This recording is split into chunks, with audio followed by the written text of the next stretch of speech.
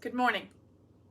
On this week's episode of Haston Helping Hands, I'm going to talk to you about how being patient with yourself and curious about the process is probably some of the best advice I've ever received. It is a co-opting of a quote from Professor Richard Robichaud, who is my acting teacher from many years ago. And he teaches me things every single day. And he is wonderful in lots of ways. One of the things I love the most about that is that it has be patient right in the very beginning. So you know what you need to do is to be patient. The reason I'm bringing this up is because last week, after cooking with my husband, I am very lucky to have a partner who loves to cook. Now, it was recently uncovered in our discussions that while he does like to cook, it's not always something that he wants to do forever. So I've been trying to take more on. One of the biggest things is that I'm his sous chef, which is fine by me. I only learned to cook about 10 years ago. And part of that was because I had never learned to cook before. It was one of those gaps in my knowledge. And one of the things that I've learned in cooking with him is that he has a very specific way of wanting things to be done.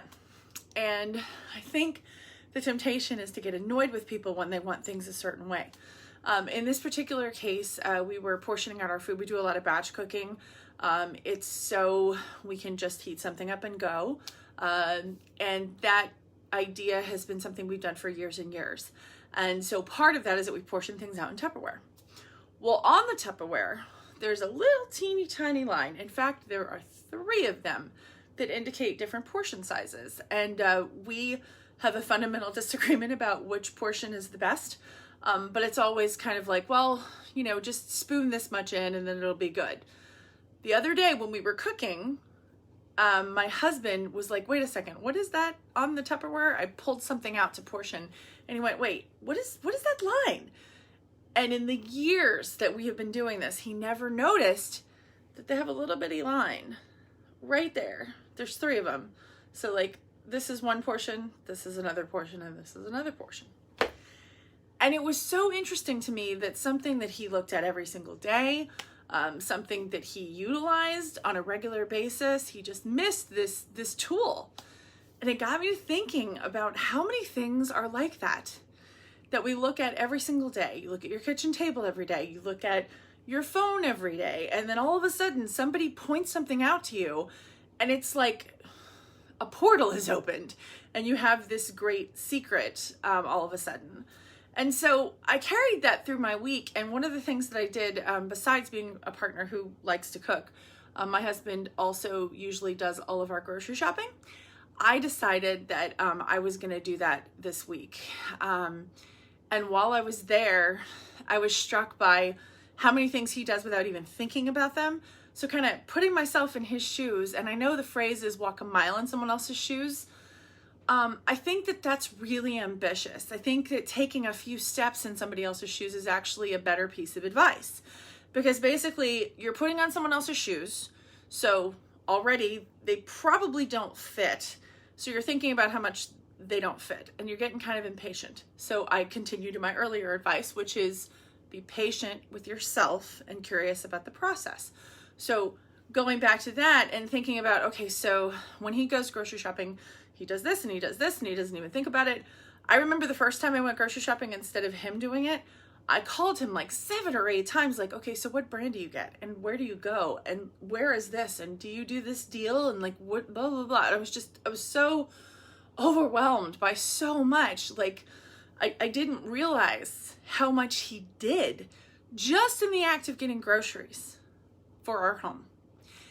And it was really interesting. And so I carried that forward. When I was in the grocery store, the clerk, his name was Danon. It was really weird because I have a friend named Danon who I don't see very often, but it was kind of cool. I was like, oh, that's so neat. And when I was there, I could tell he was a little bit backed up. I said, here, let me bag the groceries. He's like, oh, you don't have to. I said, I know, but you know, you're obviously busy, so let me do it. And it was like, again, an eye-opening experience, because I was like, I didn't realize how much they have to think when they're doing things. Like they have to figure, okay, so don't put the eggs in with something else, and don't put the cleaning supplies in with something else. Seems really basic, and I don't know about you, but I find myself a little frustrated when people don't bag things the way that I think they should bag them. Well, honestly, I've never bagged groceries in my life except for Saturday. And honestly, it was such an eye-opening experience, and I was just like, I need to take this with me the next time that I get frustrated with someone and I'm starting to judge them. What I'm going to do is jump into their shoes and go, okay, this is harder than it looks because I don't do it on a regular basis.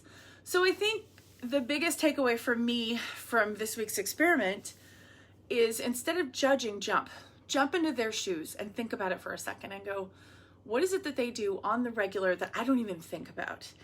And another thing that happened was I had someone talking about a situation that was really frustrating them.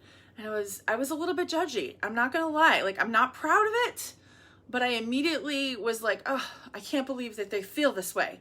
And found myself literally 48 hours feeling the exact same way about the exact same situation. And I went, huh, that's another lesson. So I guess what I'm trying to say is, before you judge someone, jump into their shoes for a minute and think about it and go, what is it that they're experiencing that A, I don't know, and B, what could I do to support them? If you're close. If it's just some stranger, just, again, watch them. If you can help them safely, do it.